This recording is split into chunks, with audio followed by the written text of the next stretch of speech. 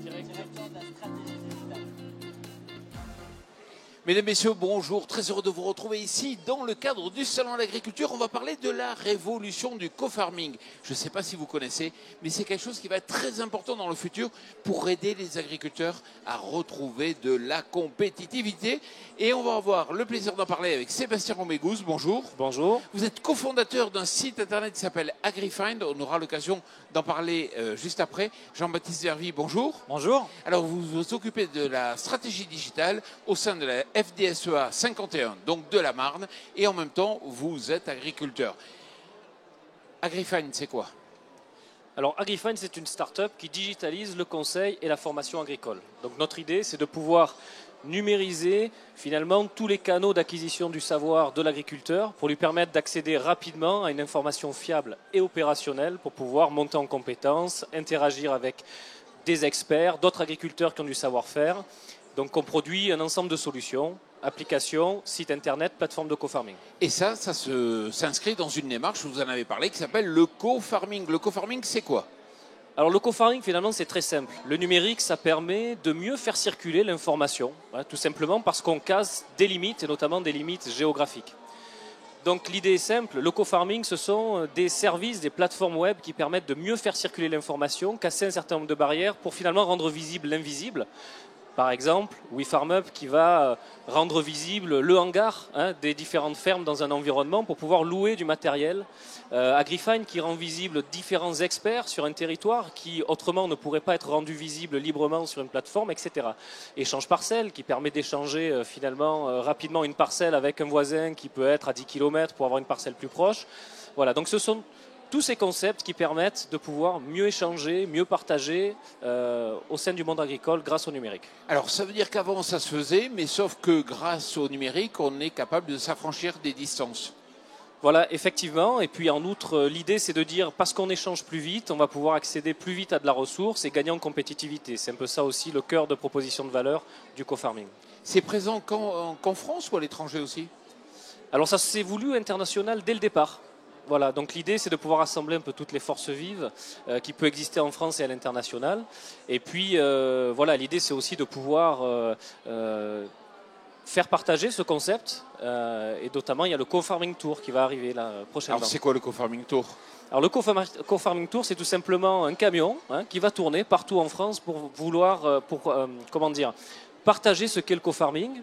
Et puis, donc, on est accueilli. L'idée, c'est d'être accueilli par des exploitants ou des structures qui seraient intéressées pour pouvoir échanger sur toutes ces nouvelles opportunités qu'offre le numérique. Jean-Baptiste Vervy, alors, je l'ai dit, vous êtes agriculteur. Est-ce que ça vous parle, le co-farming?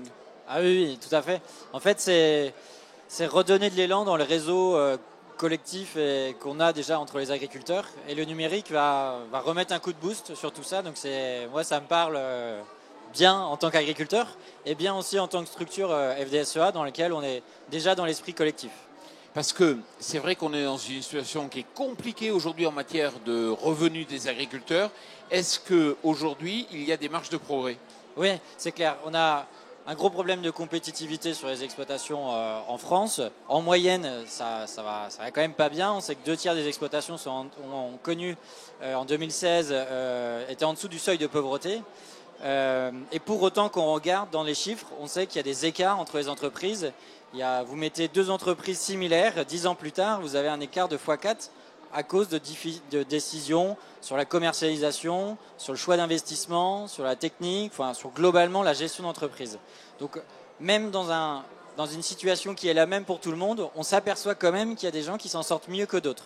Donc il y a des choses à faire.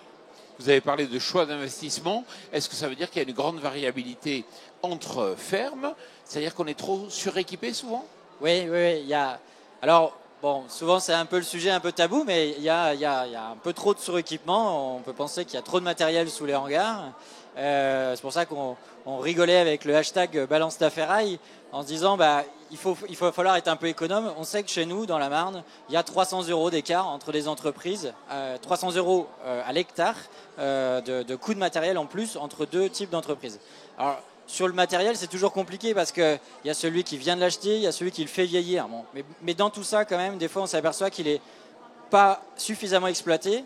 Et il faudrait rappeler aux exploitants, et peut-être que nous on l'a mal fait, organisme agricole, hein, que est-ce que quand j'investis dans un matériel, est-ce que ça me crée de la valeur ajoutée ou est-ce que c'est toxique? Et bien souvent c'est toxique. Et le raisonnement sur la fiscalité qui est pris comme prétexte, il est souvent très mauvais à long terme, surtout dans des exploitations qui connaissent maintenant une forte volatilité sur les revenus. Prendre des décisions qui engagent sur plusieurs années alors qu'on ne connaît pas l'avenir, stratégiquement, c'est peut-être plus la bonne méthode, quoi. Et pour être clair, je donne la parole à Sébastien juste après, c'est-à-dire je défiscalise pour ne pas payer de l'impôt, de la MSA, j'achète du matériel. Ouais, tout à fait. Il y a toujours un exemple qui marche super bien, qu'on connaît tous ici. C'est le gars qui, la mauvaise année, s'est dit pour les semis, ça allait pas bien. Allez, j'agrandis, je passe de 4 mètres à 6 mètres. Il se met 70 000 euros sur la tête pour une fois sur 10 cette situation qui arrive. Une fois, il aurait pu mettre 2 000 euros peut-être dans de la location ou faire en prestation. Le reste des années, ça allait bien, alors que là, tous les ans, pendant 10 ans, il va avoir 7 000 euros en plus, alors qu'il n'y avait qu'une année à investir. Donc ça, des raisonnements comme ça, et moi-même sur les exploitations, des fois, sur mon exploitation, des fois, j'en ai eu des mauvais. Cela, faut qu'ils changent parce qu'on sait que l'agriculture va être, les cycles agricoles et la conjoncture va être volatile, donc on ne peut plus avoir ce même raisonnement. Sébastien, vous souhaitiez réagir? Oui, c'est pour réagir. Donc là, tu as dit finalement, il y a X euros d'écart entre deux fermes qui ont des structures d'exploitation similaires. Donc finalement, des chances similaires de faire telle ou telle marge à l'hectare. Donc il y a le côté amortissement qui peut gréver la marge semi-nette, mais il y a le côté aussi charge opérationnelle. Et par exemple, il y a une plateforme de co-farming qui s'appelle FarmLeap, où en fait, on va passer du fichier Excel pour comparer deux exploitations à une vraie plateforme dédiée pour comparer des indicateurs technico-économiques. Donc on en revient finalement à ce vrai usage du numérique. C'est-à-dire qu'on passe d'un outil qui est intéressant, qui est Excel, qui est quand même un outil dont tout le monde se sert. Finalement, on va prendre cette base de données et on va sortir des tableaux de bord très intéressants qui permettent de faire de l'émulation de groupe pour gagner en compétitivité. Donc finalement, avec FarmLeap, on vient un peu mettre en forme correctement ce fameux fichier Excel en relation avec les pratiques des agriculteurs pour gagner en compétitivité. Donc je pense que c'est ce type finalement de compétitivité marginale qu'on va pouvoir aller trouver aussi avec les plateformes du co-farming, ou certaines en tous les cas. FarmLeap, c'est une sorte de CETA numérique, c'est ça? Voilà, c'est ça. C'est en gros, on numérise l'émulation de groupe, parce que finalement, le CETA, au départ, la proposition, c'était de dire on va se comparer et avancer ensemble. Maintenant, avec les outils qu'on a, notamment FarmLeap, l'idée, c'est de le faire de façon plus agile, plus précise, pour pouvoir vraiment se focaliser sur des indicateurs objectifs, pour pouvoir modifier ses pratiques. Tiens, toi, tu es plus performant en irrigation ou ta stratégie de fertilisation est meilleure, je m'en aperçois et je la chiffre et je peux la constater et on peut travailler ensemble en groupe avec un animateur ou sans animateur pour avancer. Jean-Baptiste, on dit souvent que l'agriculteur n'est pas partageur, c'est-à-dire qu'il n'aime pas partager forcément avec son voisin, mais avec quelqu'un qui est plus éloigné, pas de problème? Oui, on va dire que parfois, ces voisins, les ententes sont devenues un peu différentes au fur et à mesure des années. Il y a un peu moins d'agriculteurs. Voire des générations. Par des générations, on peut devenir un peu concurrent et puis surtout, on peut ne pas avoir le même objectif. Quelqu'un qui a 50 ans et puis un jeune qui s'installe, qui a vécu autre chose, qui a 30 ans, à un moment donné, il peut ne pas s'entendre. Moi, j'ai connu ça d'ailleurs chez moi. À un moment donné, on n'avait pas le même objectif. Et du coup, moi, je travaille avec quelqu'un qui a 20 km. Bon, on s'est rencontrés, mais les réseaux sociaux, ou le numérique peut nous permettre de rencontrer des gens qui ont les mêmes préoccupations que nous, mais qu'on ne connaît pas parce qu'on ne se voit plus, parce qu'on ne va plus aux réunions techniques de la coop, parce qu'on ne va plus aux réunions de la banque, parce que voilà, on se déplace plus pareil, on n'a plus les mêmes formations, et du coup, le numérique, ce qui est génial, c'est que ça recrée du lien. Et puis, ce que je peux rajouter par rapport à FarmLeap, où je dis c'est une bonne initiative. Ce qu'il faut absolument par rapport au fait que les exploitations ne sont pas compétitives, il faut remettre en cause en fait des raisonnements qu'on se dit, qui sont gravés dans nos têtes, qui disent on a toujours fait comme ça. Je ne sais pas faire autrement, ça marche comme ça, je ne peux pas faire mieux. Voilà, il nous faudra des prix parce qu'on ne sait pas faire mieux. C'est pas vrai en fait. Il y a plein d'exemples qui montrent que on peut faire différemment. Il faut savoir se bousculer et se comparer. C'est une façon d'aller voir quelqu'un qui fait différemment, qui y arrive aussi en faisant différemment. Donc il faut casser les codes pour avancer. Sébastien? J'ajouterais, moi je suis tout à fait d'accord avec ce que tu dis. Donc il y a ce côté un peu rupture psychologique pour pouvoir passer à des fois modifier son système. Et souvent, moi je viens de famille agricole, tout comme toi, et on sait très bien que l'agriculteur passe à l'action et change, non pas parce qu'un technicien vient lui dire tiens fais ça, mais parce qu'il est allé voir dans les champs d'un collègue que ça marchait. Donc je pense qu'aussi favoriser ce lien entre les personnes et surtout favoriser l'échange d'expertise agriculteur à agriculteur, c'est essentiel. Parce que les praticiens ont besoin de praticiens pour progresser. Et nous, on le voit par exemple sur la plateforme AgriFind, on a déjà 5 personnes qui font du conseil en agriculture de conservation. Aujourd'hui, vous tapez sur Google conseil en agriculture de conservation, vous allez trouver quasiment personne ou juste les personnes qui sont très en vogue et qui sont performants par ailleurs. Mais là, il y a 5 agriculteurs qui proposent leurs services sur une plateforme dédiée. Donc c'est intéressant aussi parce qu'on accède à de la ressource qui aurait été finalement invisible si le numérique n'avait pas été là. Mais c'est super bousculant ce que vous dites, parce que c'est vrai que l'agriculteur qui fait par exemple du semis sous couvert, qui maîtrise la technique, il la maîtrise et la connaît certainement mieux qu'un technicien dont ce n'est pas spécialement la spécialité. Disons que c'est complémentaire. Moi je pense qu'aujourd'hui sur de l'agronomie complexe, les agriculteurs ont besoin d'autres agriculteurs qui ont vraiment une expérience pratique pour pouvoir progresser. Le technicien a une fonction essentielle, c'est celle de la prise de recul. Celle de pouvoir travailler des itinéraires techniques un peu plus qui font référence sur une zone, donner des focus scientifiques sur le fonctionnement du sol, sur des choses comme ça. Mais on a besoin de praticiens parce que régler une machine, avoir la bonne fenêtre d'intervention, ce sont des choses que les praticiens maîtrisent et ils sont en face de leur réalité chaque jour. Et on a besoin de ce type de retour pour pouvoir progresser beaucoup plus que du top-down, on va dire classique, technicien-agriculteur, qui pouvait être intéressant auparavant, avec des itinéraires techniques, on va dire, assez standardisés. Maintenant qu'on rentre un peu dans de l'agronomie complexe, ce qu'on appelle agroécologie aujourd'hui, on a besoin des praticiens pour pouvoir avancer concrètement, progresser et en groupe. Donc le groupe est essentiel, le lien est essentiel, et c'est vrai que le numérique permet de mieux faire circuler ce lien, permet de mieux mettre en connexion les gens, et ça fait sens dans l'époque dans laquelle on est. Enfin, en tout cas, c'est ma conviction. L'idée, c'est de gagner un revenu complémentaire aussi pour l'agriculteur. Il a un savoir, c'est normal qu'il le fasse rémunérer. Concrètement, comment il se positionne en termes de prix? Alors aujourd'hui, on a choisi entre guillemets, de donner aucune règle.